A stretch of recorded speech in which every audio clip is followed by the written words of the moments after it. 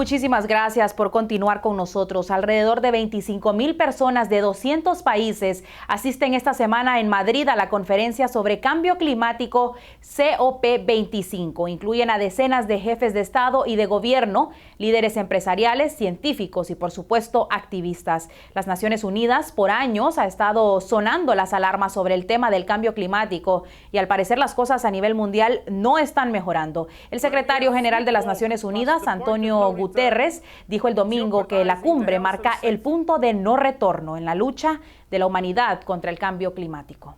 Los gobiernos del mundo no están haciendo lo suficiente para luchar contra el fenómeno y de no incrementar los esfuerzos, los estragos del cambio climático se podrían llegar a sentir más intensamente. Randy Serrano nos tiene los detalles. El más reciente informe de las Naciones Unidas pinta un cuadro desalentador para el futuro del planeta y les surge a los gobiernos del mundo a que pongan de su parte antes de que sea muy tarde. Según los datos publicados este martes, las emisiones de gases de efecto invernadero tendrían que reducirse por 7.6% durante la próxima década para evitar consecuencias serias del calentamiento global. Existe un efecto multiplicador dentro de la crisis climática. Cuanto más esperemos, cuanto más nos acerquemos al punto de no retorno, más rápidamente va a avanzar esta catástrofe. Aunque la mayoría de países se han comprometido a hacerle frente al cambio climático, la ONU asegura que no ha sido suficiente. Sus científicos advierten que de no implementar cambios ya, la temperatura global podría incrementar en más de 5 grados Fahrenheit para finales del siglo. Según el reporte, los países más ricos del mundo, incluyendo Estados Unidos, son responsables por el 78% de las emisiones de gases de efecto invernadero. La solución, según la ONU, promover el transporte público en ciudades grandes y abandonar los combustibles fósiles como fuente de energía, entre otras. Aunque esos cambios son posibles, implementarlos tendría un costo. Requerirían inversiones multimillonarias por parte de gobiernos como el de Estados Unidos. Entre tanto, están los que aún ponen en tela de juicio el calentamiento global. Hay algunos científicos que, aunque no tienen voz, tienen dudas que el cambio climático va a causar una extinción o desastres a nivel del mundo. The United States will withdraw. Donald Trump retiró a Estados Unidos del Acuerdo de París, el pacto mundial que establece medidas para hacerle frente a los efectos del calentamiento global y el marco que la ONU quiere que los gobiernos sigan para reducir los efectos del cambio climático. En Washington, Randy Serrano, Telemundo. Muchísimas gracias, Randy. Hace unos días, más de 11,000 científicos declararon que estamos frente a una emergencia climática, urgiendo a los gobiernos a actuar inmediatamente para evitar una amenaza catastrófica. El gobierno de los Estados Unidos le notificó a la ONU su decisión formal de abandonar el Acuerdo de París, como lo había prometido Donald Trump durante su campaña. Vanessa Ock nos tiene el reporte.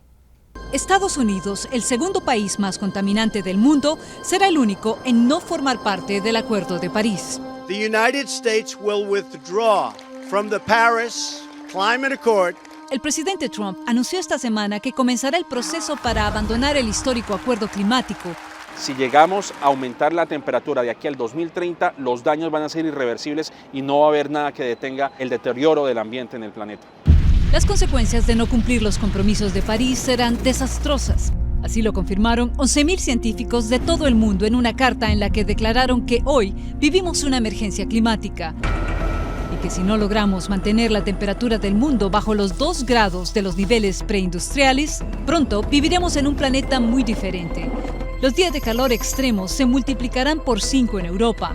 Los días de extrema humedad aumentarán 3 veces más en los Estados Unidos. Se acelerará el deshielo de los polos, aumentará el nivel del mar, habrán más sequías, falta de comida y migraciones multitudinarias.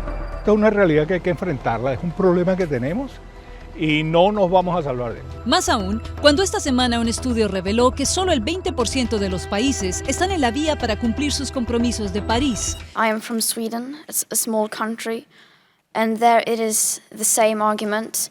Why should we do anything? Just look at the US. Así testificó Greta Thunberg ante el Congreso de los Estados Unidos, la jovencita que creó un movimiento global exigiendo la acción de los gobiernos frente a la emergencia climática, nos dijo en Suecia que hay mucho por hacer. No government is doing enough.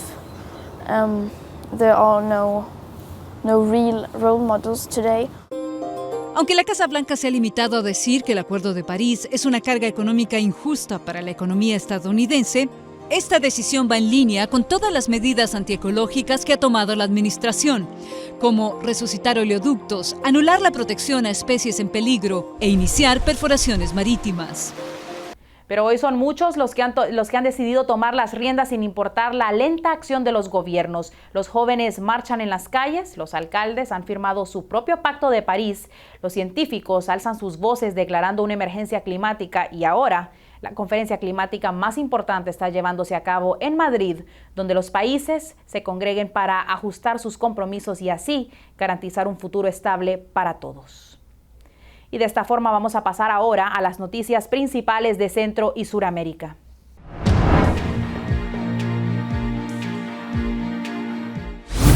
En Honduras, jueces de la Sala Primera del Tribunal de Sentencia con jurisdicción nacional, con la lectura de sentencia y por unanimidad de votos, condenaron a 50 años, 4 meses de prisión contra 4 de los 7 implicados en la muerte del ambientalista Berta Cáceres. A otro de ellos 30 años de cárcel y a 2 encausados más a 30 años, 6 meses de prisión.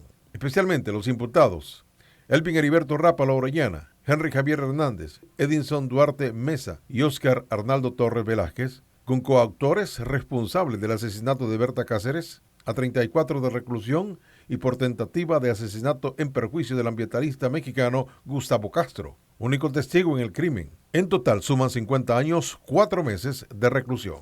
La ambientalista fue asesinada el 13 de marzo del 2016, cuando varias personas irrumpieron en su casa de habitación y le dispararon. Se informa desde El Salvador, la atracción de inversión china y ese país, en la cooperación de materia agraria, protagonizaron el segundo día de visita del presidente salvadoreño Nayib Bukele a Pekín, donde hoy fue recibido por su homólogo chino Xi Jinping. La ceremonia de bienvenida se celebró, como es habitual, como la visita de jefes de Estado extranjeros. En el centro del poder político chino, el Gran Palacio del Pueblo, junto a la plaza de Tiananmen. Solo que en el frío del crudo invierno, Pekín la relegó al interior del edificio, por lo que hoy no sonaron las salvas reservadas a estas ocasiones.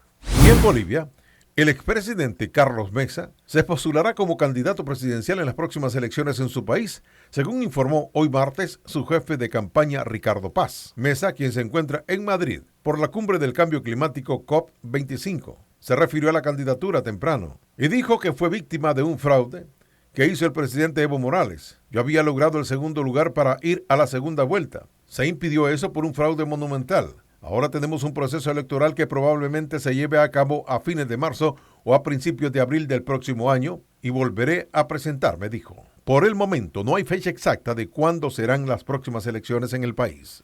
Las noticias internacionales son traídas a ustedes por Orleans Furniture, la mueblería oficial de los latinos. Y llega el momento de los deportes. Saludamos a Jorge Vides, quien ya está con nosotros para traernos toda la información del día de hoy. Jorge, ¿cómo estás? Bueno, Motagua necesitaba ese gane para colocarse líder de la Pentagonal, ¿correcto? Sí, líder pentagonal a pesar de tanto partido que tiene consecutivo el Ciclón Azul. Le ganó un sorpresivo Vidal. Le tenemos esta información y más después de la pausa comercial.